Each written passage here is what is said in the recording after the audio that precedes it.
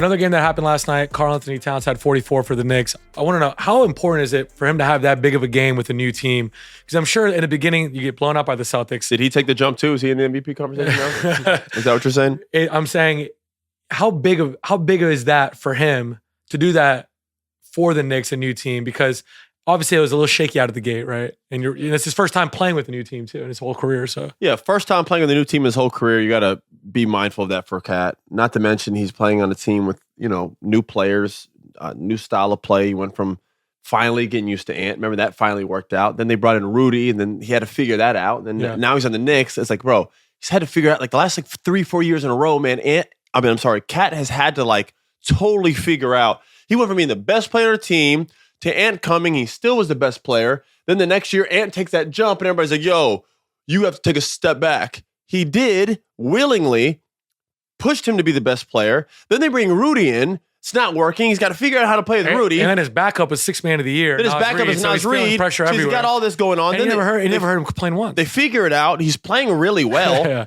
Then they trade him. Now he's on the Knicks. He's having to figure that out. People are like, yo, that does not look good. I was like, bro, Jesus Christ. Why don't we let Karl have some time to figure it out, please? Yeah. Within the first 5 games, he's already scored 44 in a game. Yeah. And I told you this when it happened. I go, he's just really good.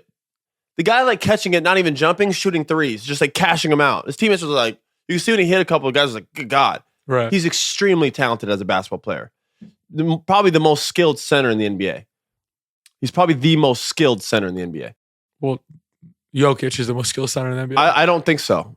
How so? The guy's he picks apart every team he plays against. That's skill. That's because he has the highest IQ. But he also could shoot too. He could do everything. Can't shoot like Karl. Can't shoot like Karl. No, can't shoot they're not even in the same realm of shooting. And Karl can't pass the way Jokic is probably the best passer in the NBA. People talk about. I didn't say he's better than Nikola. Well, passing is a skill. That's one skill. What else is he better at?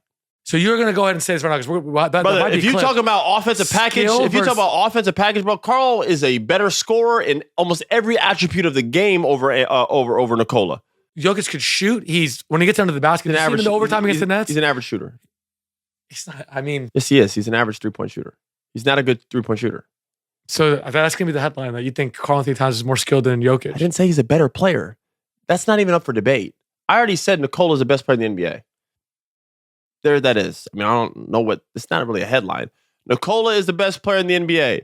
If we're talking about offensive skill set, shit, if we talk about the player skill set. All Cat does better than him is shoot. No, man, he could score better than him. If I told them both to go out and score as many points that night, Karl could score more. Jokic averages more points, right? Every time. Yeah, but do you see what Nikola has to do for this team to win? Meanwhile, Karl's playing with Anthony Edwards. It's 2 different things. His second best player is Jamal Murray. His other best player is Anthony Edwards. 2 different things. They're 2 different people. One's like the face of the league. One's like a good player. I just don't understand how you could. All he does better is shoot threes better than him. So what does Nikola do better than him other than pass? Well, first of all, if Nikola just wants to score, he scores anytime. What does Nikola do better than Karl-Anthony other than pass? I think he's a better scorer. I don't think so. Mm-mm. Okay.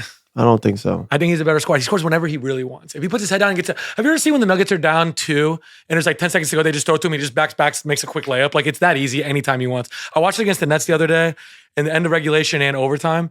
Anytime he wants to score, he scores. And he's a capable 3-point shooter. It's not like he's... some people think he should shoot more. Yeah, I mean, they're both highly skilled. I'm looking at their numbers right now. They're both similar to each other. I mean, Nikola's a much better player. I'm not arguing that. That's silly. Well, all it is skill with Nikola, right? It's not like his what else is it? If the reason he's good is his skill. He's athletic as well. He's not on the cover of Bowflex. It's not his body; it's his skill. No, but he's not your typical athlete in terms of vertical or lateral. But his footwork and other things are incredible for his size. That's what I call an athlete for me. I don't know. It depends. Listen, Karl is such a Karl shoots fucking 1 foot fadeaway threes and 1 foot fadeaway 2s and has the post-up game either shoulder, can face up, go around you, has athleticism, can finish left or right hand, shoots 4 feet behind the line.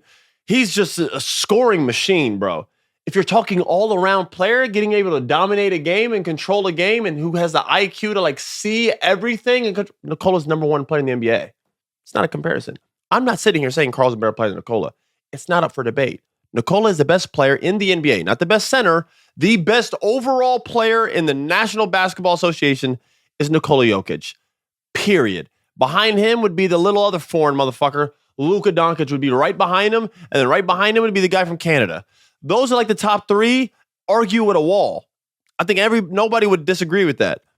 What I'm saying is if we're just talking on the offensive side, scoring ability, scoring and skill ability on that skills. So I'll give you this. This is what I'll give you. There's, Karl-Anthony Towns had like 60 last season in a game. So I'm saying, bro, like he does shit like that. It's like he just scores the ball. I guess it depends on what you define as skill. Because I understand what you're saying as far as the guy, Cat could get 44 last night, 60, and it's like something that's... If he told Cat just go score every night, no, fuck winning. Just go score. He would just score the shit out the ball, man. Hey, by the way, these are both of your teammates. I guess maybe you would know better than me. No, I mean, because you're right. When Nikola does want to just dominate and score, he does. But that's because he's also very good. What do you think about... I'm not saying he's not a good scorer. Are you concerned about how much they're relying on him this early in the season against the Raptors and the Nets? Of course. What are you talking about? This is a problem. It's a huge problem. It's a mayday. What do you mean?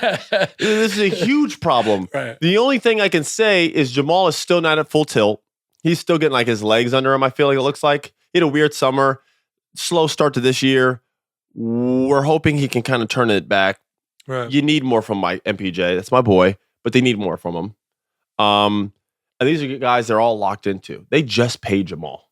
Yeah. Shit kicks in today. You know what I mean? Like this motherfucker got like 5 years left. Like Aaron Gordon is locked in. Like this team is locked. They're not going anywhere. They doubled down. If you win one title, is it all worth it? For example, right now everyone's like wondering what's going on with the Raptors, and they're like, I don't know what is this team doing? But they won that title in 2019, and so it's all good.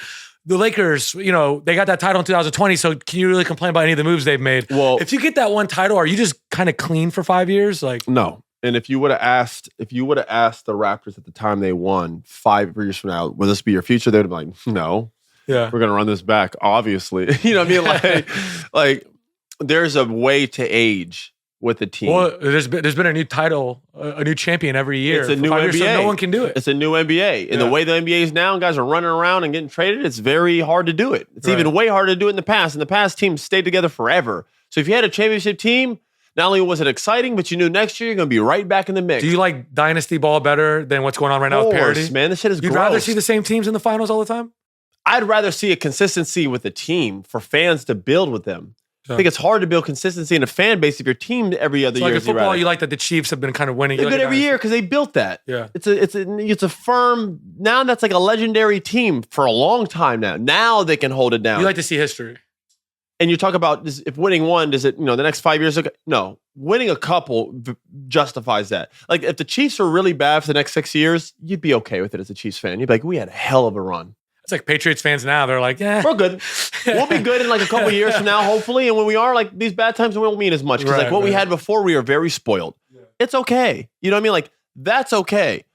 Winning one and then like a couple years and just like the Nuggets won a championship and just are like, you could just... It's every team. The Bucks. The Bucks won a title and it's been different ever since. The Warriors won a title in 2022. It's been different. Everyone no. Well, it's a little different, but I just mean in the last 5 in this decade, there's been a new champion every year. Yeah, but the Warriors aren't in that mix. But you don't enjoy that, the parity. No. I will say Boston's about to rewrite that whole rule. I mean, they're going to be in the mix for the next. I'll tell you something. You probably would have enjoyed it more while you were playing. Instead of the Warriors winning every year, if other teams were that would have been nice. That would have been nice to throw. Yeah, maybe we would have had a crack at a tournament one day. You know what I mean?